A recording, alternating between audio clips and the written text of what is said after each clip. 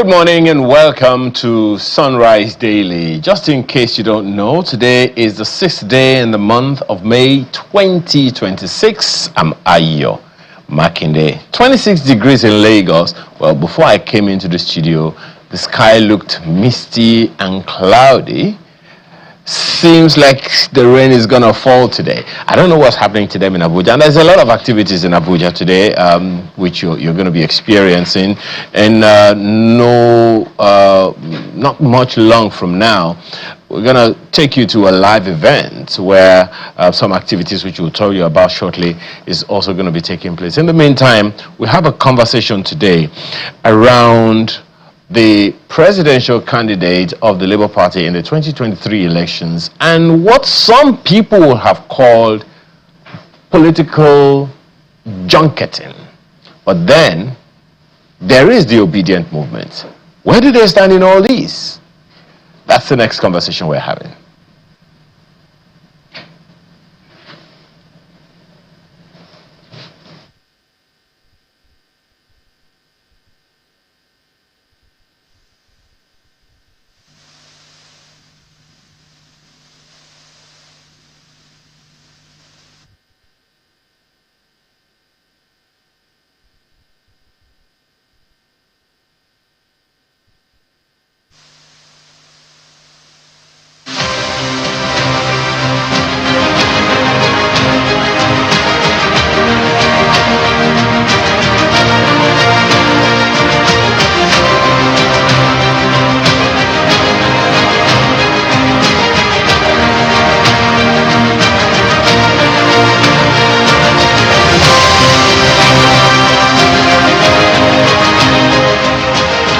Thank you so much for staying with us.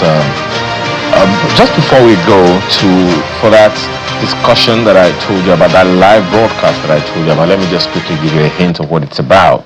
It's the Kersey Group Headquarters launch, which is going to take place in Abuja this morning, and we understand that the Vice President is going to be there. We'll be bringing you updates on that shortly. But in the meantime, some activities have trailed the movement of Mr. Peter Obi from the ADC and now to NDC. One of those activities that has trailed is that 17 members of the ADC have moved from the ADC to the NDC. And the question we're asking is, what's going on here? In fact, there are those who would recall that at the time that he received his membership card in the NDC, Mr. Peter Obi was saying those political hunters should not come into the NDC and pull it down. Well, that is on the one hand. But in all of these, let's hear what the Obidient movement is saying. The last we heard is from the interim national coordinator of the movement, who was saying, that's Dr. Eunice Atanko, who was saying that the group remains firmly committed to Mr. Peter Obi's political future ahead of the 2027 elections. Let's listen to the spokesperson for the Obidient movement in Lagos, who is an entrepreneur as well as a strategy and policy consultant, Mr. Dapo Adaramewa. Thanks for joining us this morning. Thank you for having me. Yeah. So that question is endless. First of all, where does the Obidient movement start? Let's hear from, as they say, the horse's mouth. Where does the Obidient movement stand in all this, what some have called political junketing of your principle? Well, the Obidient movement stands firmly behind His Excellency Peter Obi because of what he stands for. Now, what we saw in the last election is that Nigerians are waking up to the fact that it's not really about, parties per se. It's about individuals. It's about finding somebody who can secure the interests of Nigerians, not only for the common man, but for the business owner as well, right? And so people have found that person in Peter Obi. We believe he has integrity. We believe he has everything that it takes, not only to be president of Nigeria, but to change the trajectory of this nation. So whether he moves to the NDC or wherever he moves to, the people will follow him, right? I think politics, as we understand it, has started to change. In fact, it showed that it has changed in the last election, right? There was, no structure, no this, no that, no that. But it shows that These young people of nowadays, they're not to be bought, they're not to be horse traded, right? They know what they're looking for and they will go after it, right? And so we will see that even more in this election. And I know the opponents have been going around saying all sorts of interesting stories. Oh, he doesn't this, he doesn't that. It still won't work because we have a generation that has woken up to the fact that Nigeria will not get better except they try. Well, there is a leadership issue that has also been raised, even by political fellow politicians such as himself. One of those issues is around the fact that as a leader, you need to be able to, you see a problem, you stay there, you solve the problem and not walk away. They have cited the instance of what they call his aversion, Mr. Peter Obi's aversion to competition, because he moved from the APGA, which he swore he would never leave, to the PDP, and then from the PDP he moved to the Labour Party, got the presidential ticket, contested the elections, came third, and then moved from there to the ADC, and in, should I say, weeks, maybe less than a month, he moved away from that. So there are those who are saying that, look, once this man sees a problem, he sees a resistance, rather than stay to solve what the problem is, he junkets, he moves. And so they're wondering, how can we trust someone, how can Nigerians trust someone into the Nigeria's problems into the hands of someone who runs away from problems? Okay, now firstly I would like to unpack the idea that Peter Obi is running away from problems. That's not what's happening. He's moving to a strategically advantageous party. That happened in Tinubu's career, that has happened in most political careers in Nigeria. Everybody moves when there's a strategic advantage. Just to be clear, right? When did the president Tinubu I think the president has moved for, first he was, I think he has moved to like 2 or 3 parties before the formation of the APC. No, he moved from the Alliance for Democracy to form ACN, to form AC, and then ACN, which is the same ACN. He was just a party that is changing names consistently over time. So the APC is the one that's amalgamated from, ACN amalgamated with others to form the APC. Yes, he's still changing parties, right, when it is advantageous to do that. That is exactly the same thing that Peter Obi is doing. He's moving from one party to another when it's advantageous. And keep in mind, the reason why he's doing this is to serve the Nigerian people, right? So moving parties does not mean anything. And where is the source of all these problems, right? Now let's see what happened with the LP, right? We know that elements outside were involved in the carcass or the fracas that happened in the Labour Party, right? Funding certain divisions, leading to court case after court case. And you don't have to take my word for it. Instead, take the word of the what's it called? The president's spokesperson, what's his name? There was a gentleman that works for the president, I can't remember his name now, who came out and was cited as saying to other people that please stay within the party and cause disruption. The chief of staff for the president said that, right? So that's on camera, there's evidence of that. And we know that elements within the APC are, shall we say, pushing for people to disrupt other parties, right? In order to create chaos so that those parties will not be successful.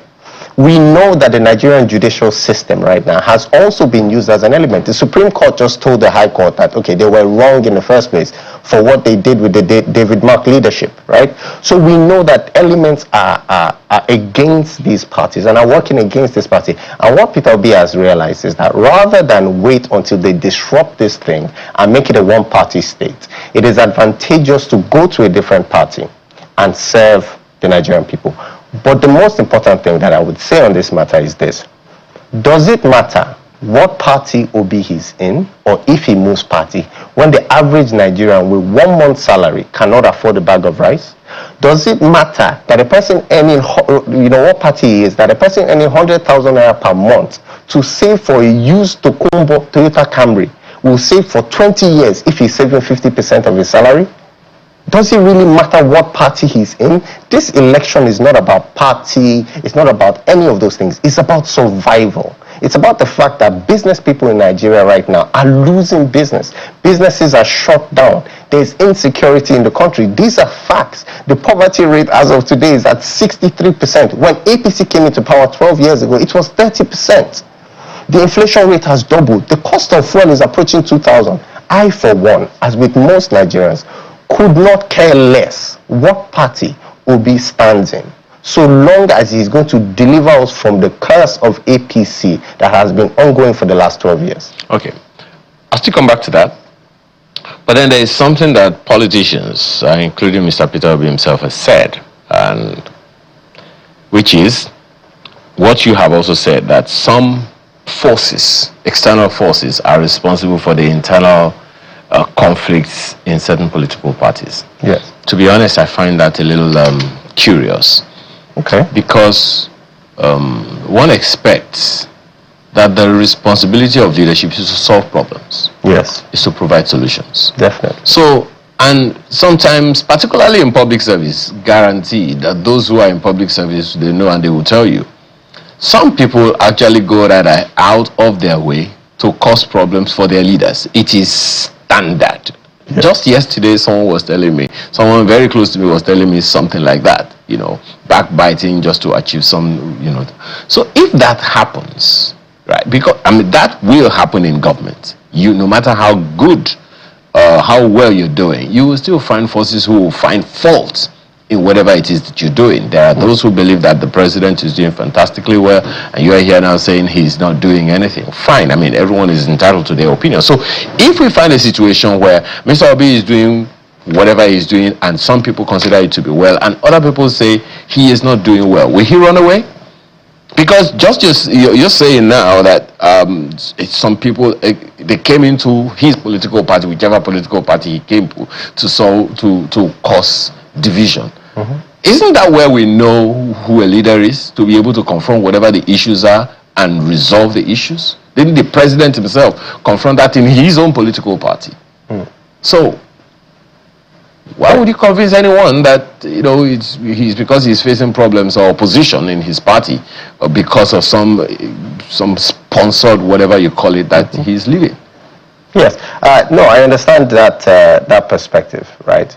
But in situations where the deliverer, the savior, the last hope of the common man, the judiciary, is being used against the party itself, right, you are going up against the whole of the federal government, which can be very powerful when it comes to fighting for their own selfish interests. Unfortunately, not so powerful when it comes to solving the problem of insecurity. But you're going up against the might of the federal government, right, which is being wielded by people who are willing to bend the law. Sometimes, as a leader, you have to take a decision that is strategically advantageous.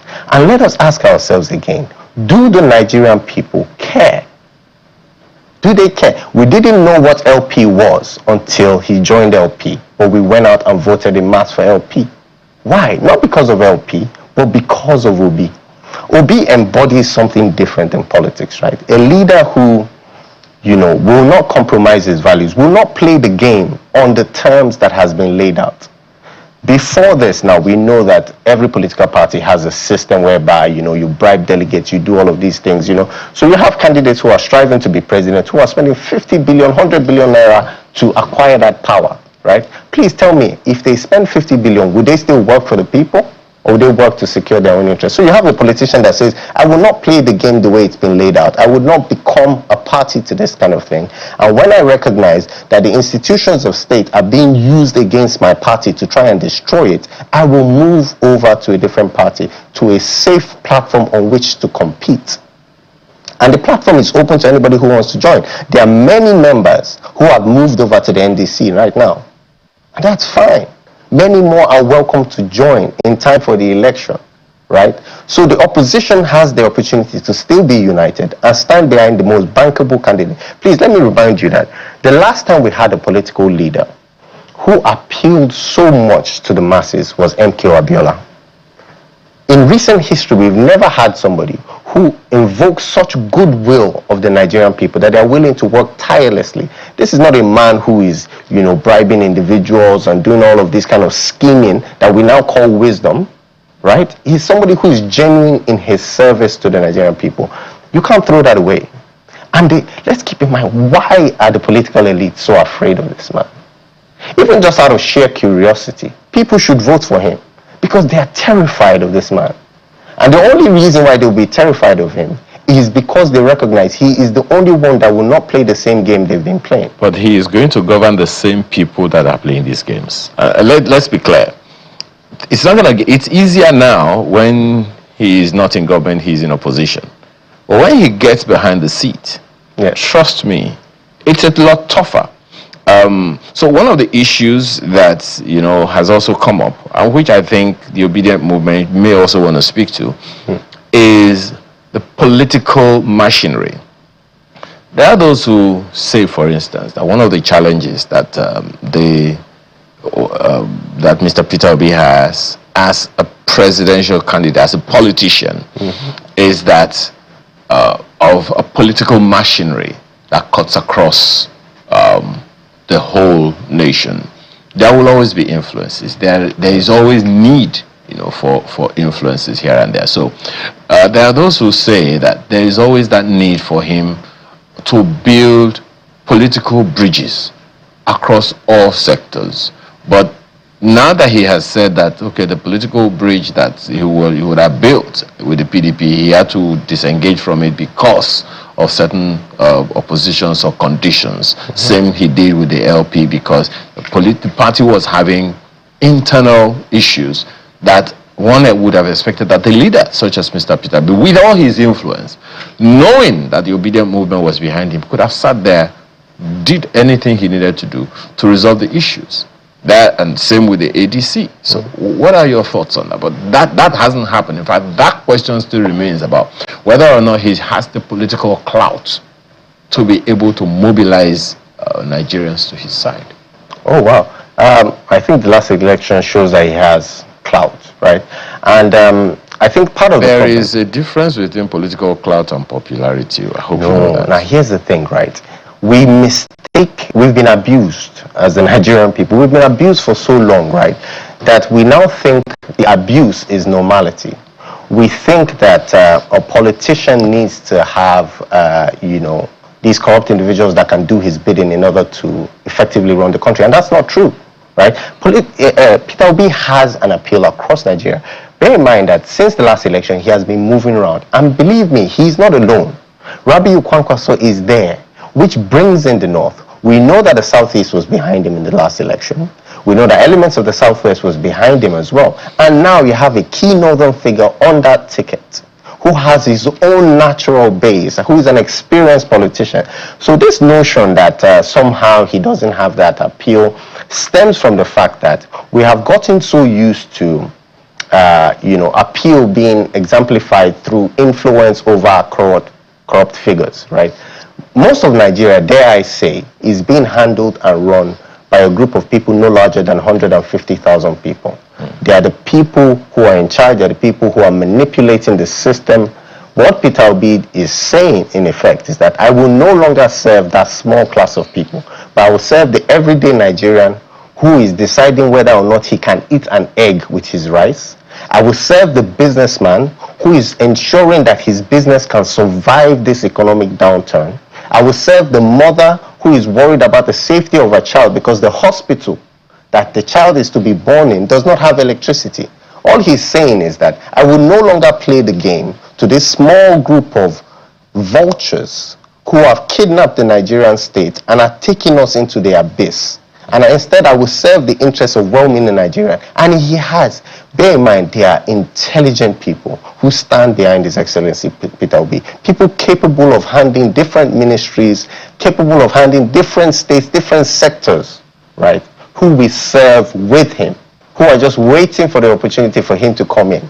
And they will do miracles for this country. And that's what we are at the crossroads as a nation, right? To decide whether we want to go with the same APC government that has served us for 12 years, promising us that each year will get better, but each year disappointing us. Now, this is not my opinion. This is a statistical fact. More Nigerians have gone into poverty under the APC government than did every previous administration combined, right? So these are the facts that are on the ground. Are Nigerians going to be, shall we say, willing to be deceived after 12 years of lies to continue, or are they willing to just break away from the curse, go out there, vote, and defend their vote? Well, we'll come back to that poverty conversation in a moment, because there are those who would remind you that this conversation around poverty started as far back as the Second Republic. Yes, we'll come to that in a bit. Mr. His former co-presidential candidate, that's the vice presidential candidate with him with Mr. Peter Obi in the 2023 elections, said, and I quote, "Someone who got the Labour Party's ticket so easily should have stayed to fix the problem of the party, no matter how difficult it is. My former leader, Mr. Peter Obi, saying that wherever there is a quarrel, he will walk away. So there's a quarrel in Nigeria. Will he walk away? If you are not ready to fight, stay in your house." End of quote. That's according to Dapo Adaramewa. How does the Obidients movement respond to that? With all due respect, people change their tone. Many of the people currently working for the president today once pointed out all his shortfalls, right? So it's not news for political actors to change, right? When he was working and he was following Peter Obi, he spoke very highly of him, about his integrity, and now he seems to be changing his tune for his own personal benefit. The truth is, nobody cares, right? He is a respectable man, but frankly speaking, nobody cares about his opinion. But you don't forget, you're speaking to the individual, the messenger. How about the message? He is pretty much saying that Mr. Peter Obi said wherever there is a quarrel, he will walk away. No, he's not saying wherever there is a quarrel. He's saying wherever there is a strategic advantage that will serve the Nigerian people and their interests, I will take it. Well, isn't it possible to create a strategic advantage where you find yourself? Not when the entire state is working against it. Not when the courts are being used against you. And at the end of the day, please, let's ask ourselves this question. What is it about any political party that really matters? Just one second. One second. Since we are discussing issues, and I like that we're looking at it, when you say that the state, the judiciary are against Mr. Peter Obi, you know what the hurdles that the current president had to face. The value, the naira was changed, thinking that he was going to use, money to buy his way into government. You know a lot, just as you said, of his political associates distanced himself from him in the build-up to the election. You also know that he had to make that popular statement that even the Northerners are now saying the Miloko and all of that. So you know the hurdles that he had to face. You know that even he himself had to face political, judicial hurdles. You know the mudslinging that went ahead of it, and despite it all, he's done that. Some people would expect that Mr. Peter Obi, who seems to have a better advantage, should have been able to confront those problems himself. He's not backing away from the problem. But he's backing away whenever any political party that there is any kind of resistance, he moves away. He's not occupying himself with smaller battles. He's going straight for the one that matters. That is the fight for the presidency of the Federal Republic of Nigeria. The truth is, all political parties are nothing but shells. None of them is driven by ideology. That is why the APC has been willing to swallow people from all other parties, regardless, because they don't have any political ideology. Neither, dare I say, neither does the ADC, neither does the NDC. We are driven by one individual who has integrity and can deliver for Nigeria, and we will follow him under whatever umbrella. And please never make the mistake that he is backing away from a fight. He's going for the ultimate fight, a showdown with the president of Nigeria. Okay, so if the Obidient movement is so powerful, so mobilized, so motivated, now those who will be wondering, what is wrong with the Obidient movement actually having their own political party? Because according to the Constitution, yes, and according to the Electoral Act, no matter how popular someone is, there is no independent candidature yet. Yes. There is only a political platform. So if Mr. Peter Obi is so mobilized, so motivated, so persuaded, and why doesn't the Obidient movement sponsor the creation of a political party and call it Obidient Movement Party or whatever it is you want to call it? What's wrong with that? It already has a party, the NDC. That's the simple answer to your question. And if there is a problem that he finds it necessary to leave the NDC, he would? There is no problem in the NDC. except they want to bring any. Okay, so But there was no regardless- problem in the ADC. I apologize. There was no problem in the ADC before he moved in. Yeah. When there was a problem, he left. There was no problem in the Labour Party before he moved in. When he did, was a problem, he left. So if there is no problem in the NDC, and hopefully there won't be any. But if there is now a problem, and he also walks away, what happens to the Obedient movement? No. The Obedient is fixed in the NDC right now. Right? And it's Right now. Yes, it is fixed in the NDC right now. And it is going to compete for the bigger picture. The thing is, right, what the narrative that wants to dominate the discussion right now is, let's talk about Peter Obi and what party he's running in. Please, does that change the fact that people cannot eat 3 times a day? Does any of that matter in the grand scheme of things for the average Nigerian, for the business owner, for the person who just wants to go to church, worship in the northern part of this country and be assured that they will come back from church safe, hale and hearty? None of it matters. What really matters is this government. You see, this government is failing Nigerians, right? And this election is, shall we say, it's an evaluation, is a scoring of this government, right? And I'm not just talking about, the president's term in the last 3 years, which has been overwhelmingly disastrous, right? I'm talking about the whole 12 years of the APC. Now, one of the key achievements that they say is that we got rid of fuel subsidy. Fantastic. For those of us who understand the economics of it, we know that getting rid of fuel subsidy was a good idea. But please tell me, what in your local government or in the local government of any Nigerian has changed since trillions were saved by this government? Since the governors have doubled their allocation. I cannot point to one thing in my local government. I cannot point to a single road. And please, nobody should mention Calabar Highway, because they took out loans in the billions to do that. So they have saved trillions of naira on this fuel subsidy. Good. But has it made a difference to the lives of Nigerians? Absolutely not. You blame the president for that? 100%. Okay, not the governors who got the money.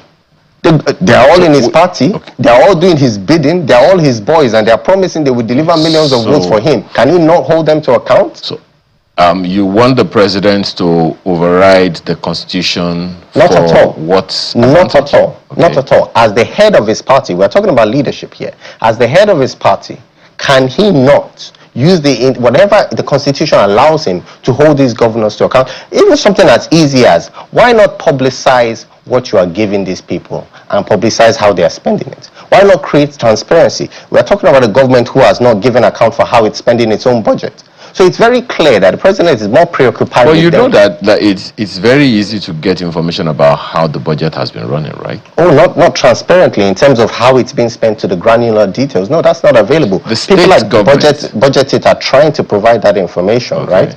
But we are not getting the granular details of where this money is actually disappearing to. And you blame the president for that? I blame the president, I blame the party, because they are in power and they are failing the Nigerian people. Okay, so as we are calling out the president, what is wrong with people calling out the governors in their states as well and saying, guys, you're getting more money, you guys should do better? Absolutely, they should. But the problem is, rather than us, we nitpicked at the leader because he is the leader. But instead, I want us to just focus on the APC as an institution and recognize that the APC as an institution on all levels is failing Nigerians. The president promised us electricity, that if he does not give it to us, we should not vote for him. So the Electricity Act of, was it 2023, doesn't solve the problem, doesn't deregulate the electricity sector for state governments to be able to do what they need to do. Does. And just as you said, the president has also, with his own, at the federal level, worked to increase the allocations to state governments. Yes. By which it is one would have expected average, maybe, forgive me, a foolish Nigerian like myself would have expected that the state governments would, now that we have more money, would go ahead and build electricity infrastructure and supply electricity to their people. And you still blame the president for that? 100%. 100%. I blame the president and I blame his party, because why? He's the leader. And he's failing us in his leadership. If 30, I think it's like 31 or 32 of these governors are in his party, and he cannot hold them to account in as much of a position as the constitution allows him, right, then he's failing us. The governors are failing us. And I think it is because of the party that they're in. There's something about the party that is deeply rotten, that is leading to the poverty of Nigerians. You know, I find it very, very interesting that you're saying this. because I have argued once, in my responsibility as a pressman to call governments to account. Yes. That when the Public Accounts Committee of the National Assembly meets, and they are asking questions from the ministries, departments, and agencies, I have argued, why do you give them more money when they haven't accounted for the previous one? Over the years, even before the APC came into government, the answer that I have gotten is that to hold their money as a way of calling to account is to go against the Constitution, because there is what they call a first line charge. Now, when ministries, departments, and agencies don't get the monies they are supposed to get by law, then whoever is holding their money is acting against the Constitution. Meanwhile, the president and the governor, they swore to uphold the Constitution. So isn't that a dilemma for any president, including Mr. Obi, if he found himself in that space? I'll explain to you why that is not a dilemma. In Nigeria's modern history, we've never had a party have so much dominance that they can pass any law that they want. This is the first party that has had such a majority in both houses, the House of Assembly and the Senate, that will enable them to pass any law that they want. They can effectively change the Constitution however they want. So if there's something wrong with the Constitution that is preventing the president from holding these governors to account, from holding these agencies to account, if he was determined to do it, the same way he sped through the changing of our national anthem as if it matters to us, right? They could have done that. The same way they sped through, they pushed through what later turned out to be an illegal tax act, right? Because the one he signed is not the one that the House has passed. The same way they used that political machinery, the same way they used this political machinery and this advantage that they have in both houses to pass bills, to collect loans. Why can't they do it to serve Nigerians? And you think they are not serving Nigerians? They are not. We just discussed the fact that the state governors are failing to do it. We just discussed the fact that the agencies that are getting more money. How is the state governments not because even in the United States of America, yes, President Trump has no authority over any state governor. The governors, in fact, have their own Supreme Courts. That's how independent the state governments in the U.S. are. Even though he still has to go there as one constituent to ask for their votes and all of that. Yes, the same thing is obtainable here in Nigeria. So why it will so there are some people who would say that this is double standards that you're pushing now, because you're saying on the one hand that the president should do his job, and you're asking him to also do the job or compel people to state governors to do their job. Are we asking the president of Nigeria to become a monarch? No. See, the governors have been jumping over themselves to show the president, I will deliver my polling unit, I will deliver this, I will deliver my state. Do you understand? So we clearly know that there's some influence there. Now, when that influence is for their own selfish interests, such as passing bills for loans in both houses, right? Getting political support, it seems to be a very well-oiled machine. But somehow, when it comes to holding people to account to the fact that I have doubled your allocation and we can't see anything in your state that suggests that has happened, right? All of a sudden, everybody is like, oh, no, we can't do anything about that. That's weak leadership. That is a leadership that says that I would only use the informal influences that I have for my selfish interest. Can we, the Obedient movement, in all 36 states of the Federal Republic of Nigeria, not call out the governors in their states and demand accountability? People are doing that, but the rot starts from the top. Let's stay in that level first, because they are collecting a lot more money now than they ever did. No, I disagree. What is wrong with calling out the governors and the local government chairmen who are now getting more than double what they were getting before? There's nothing wrong with that, and people are doing that and will continue to do that. But the rot starts from the top, and that's why we change the man at the top so that it can affect every other thing. We change the man at the top because he himself, now forget what is within the power of the state. Let's focus on security, because that is firmly, solely, and squarely on the president's table, right?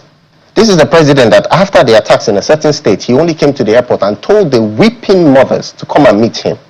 Absolutely no care for the people. Or maybe he's too terrified himself to enter the state.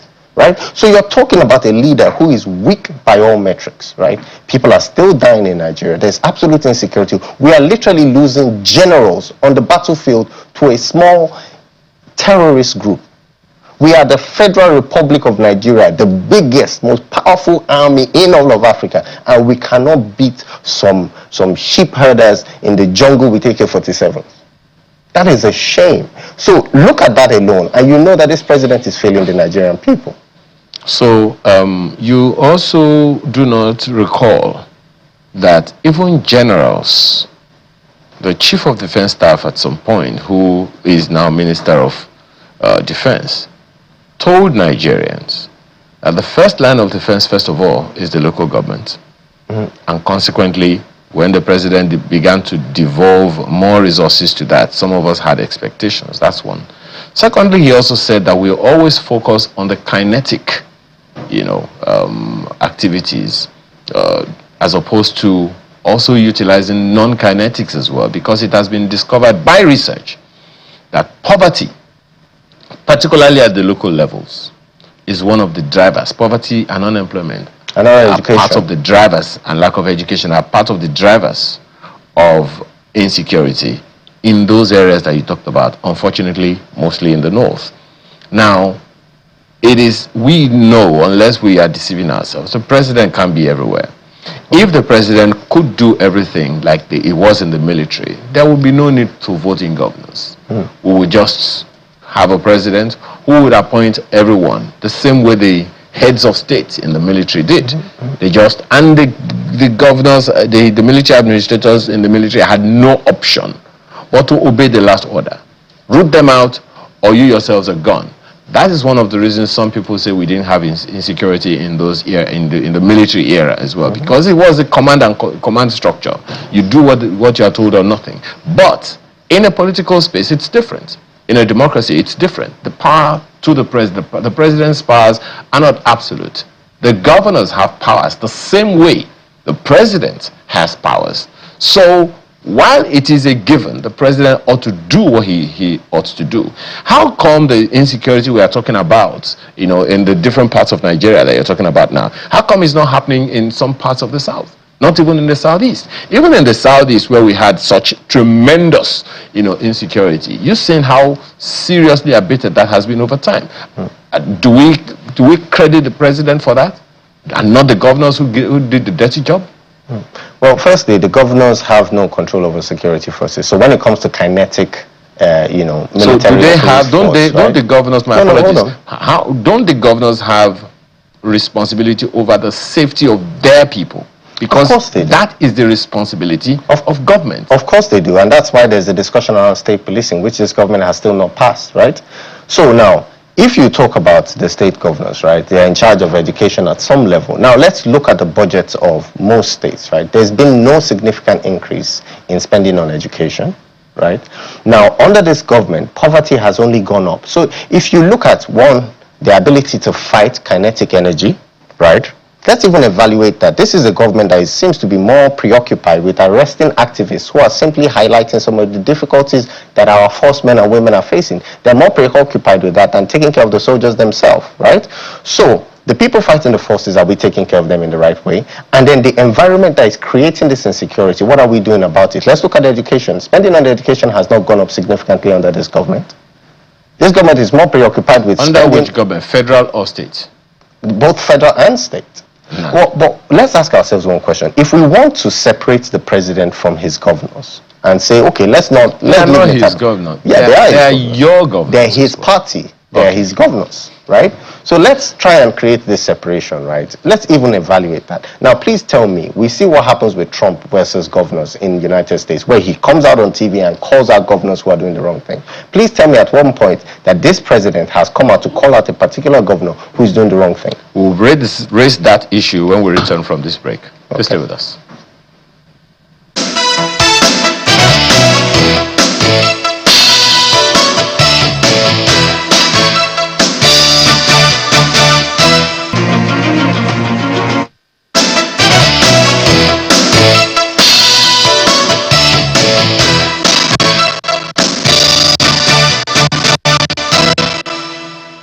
Well, we're still speaking with the spokesperson of the Obedient movement in Lagos, Mr. Dapo Adaramewa, with us here in the studio.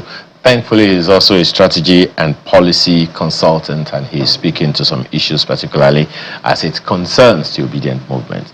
Now, you were talking about, poverty and the impact and everything the other time.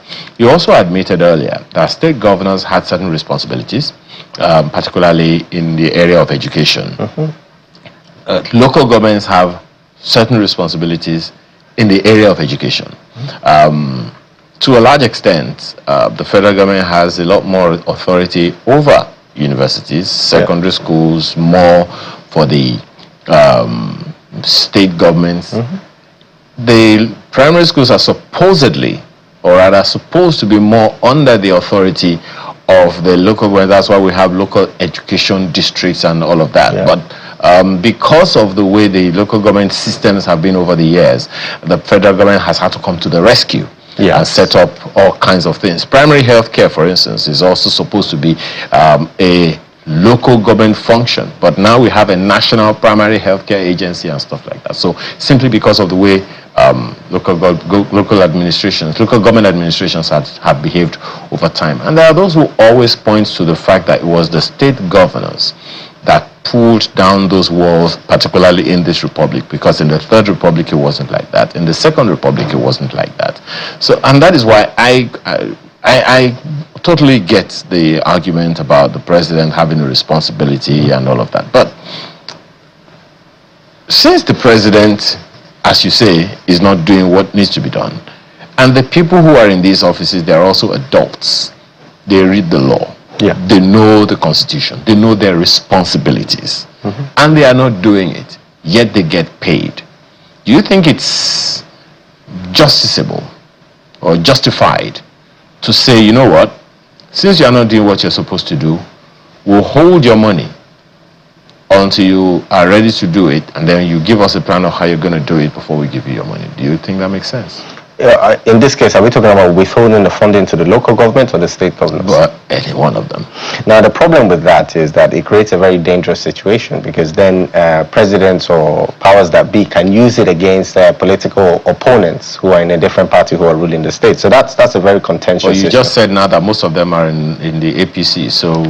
I mean, definitely, but the thing is that we need to look at policy beyond the immediate administration. This is something I always tell people, right? When you create a system where the political system is, fragile or, frail, and you think it's serving you and you're a winner, please keep in mind that Emefiele once was a winner, and now he's going from court to court, right? So don't create a system that's disadvantageous, even if it will serve you immediately. Now, on the issue of how these fundings should go, now, I believe there was a Supreme Court ruling that said that, money should be paid directly to the local government. To date, I don't know if it has actually happened. In fact, I'm very sure it hasn't happened, right? Now, is it that there's no political will to do that? Because the government should be able to, I'm very sure they are reachable on the phone, so you can get the local government's account number, right, and then pay directly to them. Because that creates a little bit of accountability, it makes it easier for people to hold their local government chairman, to account, right? And beyond that, it also creates a situation where you can get excellent local government chairman, right? Not everybody, take for example the state we're in now, Lagos, right? Not every one of them would do good. But if one or two of them do good, right? If they're able to use those resources, then the people will naturally promote them, maybe to governor, and they can serve the whole state. That's how it works in other countries. But the problem with the APC is that they are unwilling to do that. And I will theorize why. Because the governors are enjoying this money, and the presidency knows that if you take the food out of their mouth, they might not work for you in the next election. So how come the president calls out the governors? He doesn't.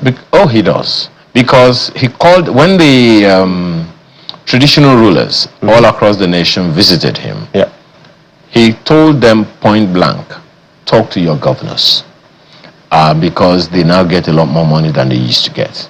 I think another set of people visited the president, he made the same remark and said, your governors are getting a lot of money. Now, there was a time the governors visited the president himself, and he told them, you guys should begin to impact your people directly with the excess resources that's now available to you, more than 200%, that is of what you used to get before, that is now available to you. And he said to them, if you guys don't do the needful, I have the yam and the knife, at least given to him by the Constitution, that he can issue an executive order to, make some orders and all of that. Not because, or not to be palliative, but to say, you know what, at the end of the day, it's the welfare of the people that matters the most. Now, when people don't do what they are supposed to do, the natural inclination we have is to point fingers and say it is somebody else's responsibility. It is there's always someone else at fault. Wouldn't we say that that's the same thing we're looking at here now? That some political actors are not doing what they are supposed to do. Now we're looking for someone else to blame. Okay, so there's two things there. One, I will address the issue of the presidency telling the, traditional rulers to tell their governors what to do. That's about as effective as maybe my dad telling me to go and tell my older brother to stop beating me. It's pointless. You should tell him, right? The presidency should tell them. And in the case where the president... I apologize. Hold on. Let me address this. Do you know how powerful traditional rulers are in the States? They are significantly powerful, but they're not quite as powerful as their governors. And that is unfortunate, but that is what the Constitution says, right? Do you understand? So let's forget that. Or even beyond that, right? The presidency going to the governors and saying, oh, make sure this money trickles down to your people. I have the yam and the knife. Please, in the last 2 years, have they brought out that knife? Have they done anything? Can somebody point to one thing that will show that the presidency has tried to hold any governor to account?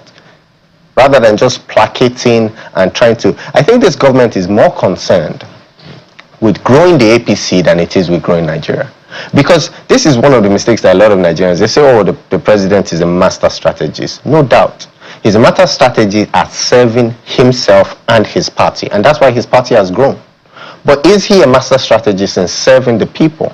The people's wallets tell them that he's not. The fact that people have to decide if they are going to eat morning, afternoon, or night, because they can't afford all three, is telling us that he's not a master strategist in their interest. So be it as he may, he might be a master strategist, but the average Nigerian is suffering. Businesses are closing down. People can no longer afford transportation. And no matter how much English I throw around in this kind of interview, or how much English we throw around between ourselves as political actors, none of that matters to the average Nigerian. They don't care. They just want the dignity of feeling like a human being. They just want to know that they can at least afford the basics of life and not have to be hailing somebody chairman, just because they need 1,000 naira to survive.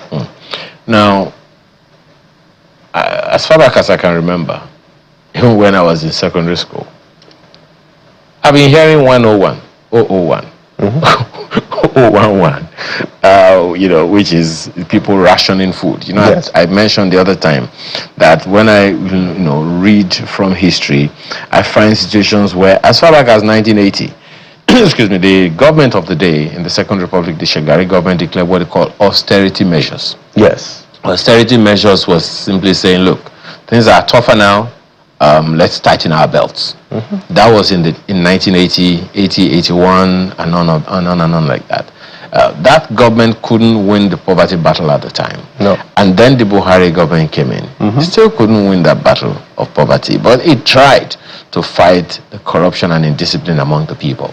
The Babangida government came in, still struggling with the same thing. It would seem like this is a systemic problem that's gone on for decades. Speak to me now as a strategy consultant and say, what would you say from what you have seen is the main problem? Ignoring the individuals, because Mr. Peter Obi, for instance, is going to need people like you if he becomes president. So what are the systemic foundational problems that you think we have as a nation that is that we are struggling to get a solution to? We have built a machine of governance that is not fit for purpose, that is not serving the people. The cost of governance in Nigeria is one of the highest we've seen in the world, right? Because through the allowances, the allocations, and all of these things, we just have a system that is so big and so consumed with self-interest that it cannot serve the people. And that is the difficulty, right? Now, what we actually need is a leader who is willing to break away from the current order. We have a system that has basically been hijacked by self-serving individuals. And so that's why you see that sometimes it feels like, oh, presidents come and go, but the system keeps going, right? Because they have literally grabbed this thing, they've held on to it to serve their own interests, and they're making billions from it. So if we have a leadership that is willing to go against the grain, to fight these corrupt elements that have hijacked Nigeria and set us free, then there's a chance. Okay.